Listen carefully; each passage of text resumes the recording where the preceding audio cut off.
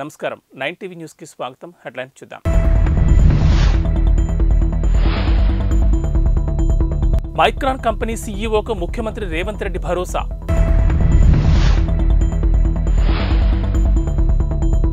CM Revanth రెడ్డిని కలిసిన Harvard university అధ్యాపకుల బృందం.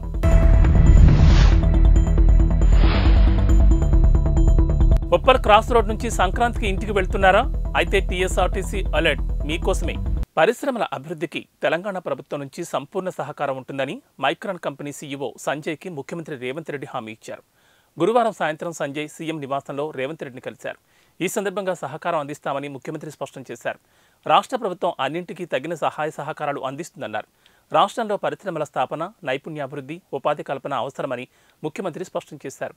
తెలంగాణ అభివృద్ధికి పారిశ్రామికవేత్తలు ముందుకు రావాలని ముఖ్యమంత్రి ఆకాంక్షించారు. తెలంగాణ ముఖ్యమంత్రి రేవంత్ రెడ్డిని హార్వర్డ్ యూనివర్సిటీ అధ్యాపకుల బృందం కలిసింది. డాక్టర్ డొమినిక్ మావో నేతృత్వంలో యూనివర్సిటీ అధ్యాపకుల బృందం రేవంత్ రెడ్డిని ఆయన నివాసంలో గురువారం సాయంత్రం మర్యాదపూర్వకంగా కలిశారు. ఉస్మానియా యూనివర్సిటీలో జనవరి 7వ తేదీ నుంచి నిర్వహిస్తున్న programme for scientifically inspired leadership కార్యక్రమం గురించి ముఖ్యమంత్రికి వారు వివరించారు. అంతకుముందు ఉదయం గూగుల్ వైస్ ప్రెసిడెంట్ చంద్రశేఖర్ తోట ముఖ్యమంత్రిని మర్యాదపూర్వకంగా కలిశారు. సంక్రాంతి పండగకు ఉప్పల్ క్రాస్ రోడ్ నుంచి సొంతూళ్లకు వెళ్లే వారికి TSRTC alert. Uppal cross road నుంచి వరంగల్ దిశగా కొన్ని ప్రాంతాలకు వెళ్లే బస్సులు ఆగే స్థలాన్ని మార్చినట్లు తెలిపింది. ఈ మేరకు టీఎస్ఆర్టీసీ ఎండీ సజ్జనార్ ఎక్స్ వేదికగా ట్వీట్ చేశారు. సంక్రాంతికి ఉప్పల్ క్రాస్ రోడ్ నుంచి సొంతూళ్లకు వెళ్లే వారికి ముఖ్య గమనిక. ఉప్పల్ క్రాస్ రోడ్ నుంచి భువనగిరి, యాదగిరిగుట్ట, మోత్కూర్, తొర్రూరు వైపునకు వెళ్లే బస్సులు ఆగే స్థలాలను టీఎస్ఆర్టీసీ మార్చింది. హనుమకొండ వైపునకు వెళ్లే బస్సులు యథావిధి స్థానంలో అవుతుండగా యాదగిరిగుట్ట, తొర్రూరు బస్టాప్లను లిటిల్ ఫ్లవర్ స్కూల్ సమీపంలోకి టీఎస్ఆర్టీసీ మార్చింది. ఒక్కో బస్టాప్ను 300 మీటర్ల గ్యాప్తో ఏర్పాటు చేసింది. మహాలక్ష్మి పథకం నేపథ్యంలో మహిళల రద్దీ దృష్ట్యా ఈ నిర్ణయం తీసుకుంది. కాబట్టి ఈ సంక్రాంతికి రెగ్యులర్, స్పెషల్ బస్సులన్నీ ఉప్పల్ క్రాస్ రోడ్ సమీపంలోని ఈ బస్ స్టాప్ల నుంచే బయలుదేరతాయి. ప్రయాణికులందరూ ఈ విషయాన్ని దృష్టిలో ఉంచుకుని క్షేమంగా గమ్యస్థానాలకు చేరుకోవాలని టీఎస్ఆర్టీసీ కోరుతోందని సజ్జనార్ ట్వీట్ చేశారు. ఇటీవల శాసనసభలో కాంగ్రెస్ పార్టీకి తాము ట్రైలర్ మాత్రమే చూపించామని, ఇక ముందు సినిమాను చూపిస్తామని బీఆర్ఎస్ సిద్దిపేట ఎమ్మెల్యే హరీష్ రావు అన్నారు. గురువారం ఆయన మాట్లాడుతూ తెలంగాణ ప్రయోజనాలు కాపాడడం బీఆర్ఎస్ వల్లే సాధ్యమవుతుందన్నారు. కాళేశ్వరం ప్రాజెక్టు, విద్యుత్ అంశాల్లో తమ హయాంలో భారీ అవినీతి జరిగిందని కాంగ్రెస్ నాయకులు అబద్ధ ప్రచారం చేస్తున్నారని విమర్శించారు. ఇక ముందు వారికి సినిమాను చూపిస్తామన్నారు. పార్టీ కార్యకర్తలను కాపాడుకోవడానికి ఓ ట్రస్ట్ ఏర్పాటు చేయనున్నట్లు తెలిపారు. అలాగే అక్రమ కేసుల నుంచి కాపాడుకోవడానికి లీగల్ సెల్ని ఏర్పాటు చేసుకుంటామన్నారు. కేంద్ర మంత్రిగా ఉన్న కిషన్ రెడ్డి తెలంగాణకు ఒక్క ప్రాజెక్టును కూడా తీసుకురాలేదని విమర్శించారు. రానున్న లోక్సభ ఎన్నికల్లో కాంగ్రెస్ పార్టీని రాష్ట్రంలోని 17 స్థానాల్లో గెలిపించడమే లక్ష్యంగా పనిచేస్తామని తెలంగాణ మంత్రి పొన్నం ప్రభాకర్ అన్నారు. అసెంబ్లీ ఎన్నికల్లో పార్టీకి పట్టం కట్టిన ప్రజలు పార్లమెంట్ ఎన్నికల్లోనూ తమ పార్టీ వైపే చూస్తున్నారన్నారు. రాష్ట్రంతో పాటు కేంద్రంలోనూ కాంగ్రెస్ ప్రభుత్వం ఉంటేనే తెలంగాణకు మరిన్ని నిధులు వస్తాయన్నారు. రానున్న లోక్సభ ఎన్నికల్లో అనుసరించాల్సిన వ్యూహంపై పార్టీలు చర్చించామన్నారు. రానున్న లోక్సభ ఎన్నికల్లో కాంగ్రెస్ 17 లోక్సభ స్థానాలకు గాను 14 చోట్ల ఖచ్చితంగా గెలుస్తుందని మంత్రి ఉత్తమ్ కుమార్ రెడ్డి ధీమా వ్యక్తం చేశారు. నల్గొండ లోక్సభ స్థానం నుంచి కాంగ్రెస్ పార్టీ అభ్యర్థిని 3 లక్షలకు పైగా మెజార్టీతో గెలిపిస్తామన్నారు. లోక్సభ ఎన్నికల్లో అనుసరించాల్సిన వ్యూహాలపై పార్టీలు చర్చించినట్లు తెలిపారు. కాగా అంతకుముందు లోక్సభ స్థానాల సమన్వయకర్తలతో ఏఐసీసీ నేతలు సమావేశం నిర్వహించారు. గూగుల్ వైస్ ప్రెసిడెంట్ చంద్రశేఖర్ తోట తన ప్రతినిధులతో కలిసి తెలంగాణ ముఖ్యమంత్రి రేవంత్ రెడ్డిని మర్యాదపూర్వకంగా కలిశారు. రాష్ట్రంలో పెట్టుబడులపై వారి మధ్య చర్చ జరిగింది. ప్రభుత్వంతో కలిసి పనిచేయడానికి గూగుల్ వైస్ ప్రెసిడెంట్ సంసిద్ధతను వ్యక్తం చేశారు. ఆర్టిఫిషియల్ ఇంటెలిజెన్స్ ప్రతి రంగాన్ని ప్రభావితం చేస్తోందని, వ్యవసాయం, విద్య, ఆరోగ్యం వంటి అంశాల్లో తెలంగాణ కోసం డిజిటలైజేషన్ అజెండాను అభివృద్ధి చేయడంలో భాగస్వాములు కావడంతో పాటు తెలంగాణ పౌరుల అవసరాలను తీర్చడానికి నాణ్యమైన సేవలను అందించేందుకు విస్తృతమైన సాంకేతికత, నైపుణ్యం తమ వద్ద ఉన్నాయని ముఖ్యమంత్రికి చంద్రశేఖర్ వివరించారు. ఈ సందర్భంగా గూగుల్ మ్యాప్స్, గూగుల్ ఎర్త్ ప్లాట్ఫామ్ల ద్వారా సాధ్యమయ్యే రహదారి భద్రతపై కూడా ముఖ్యమంత్రి చర్చించారు. ఈ సమావేశంలో మంత్రులు శ్రీధర్ బాబు, కోమటిరెడ్డి వెంకటరెడ్డి కూడా పాల్గొన్నారు.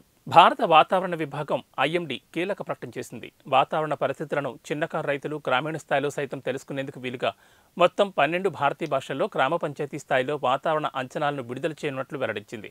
వచ్చే వారం నుంచి ఇంగ్లీష్, హిందీతో పాటు ఇతర భాషల్లో సమాచారాన్ని అందించనున్నట్లు IMD director general Mrutyunjay Mohapatra గురువారం తెలిపారు. పంచాయతీ వాతావరణ సేవ ద్వారా సమాచారాన్ని పొందవచ్చని అన్నారు.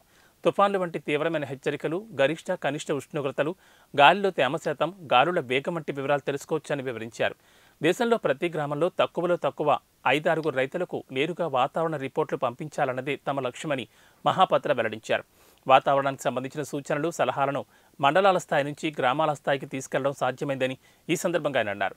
రానున్న 5 ఏళ్లలో రాడార్ల సంఖ్య 39 నుంచి 86కి పెరుగుతుందని, రాష్ట్రాలతో కలిసి ఆటోమేటిక్ వాతావరణ కేంద్రాలను పెంచుతున్నామని తెలిపారు.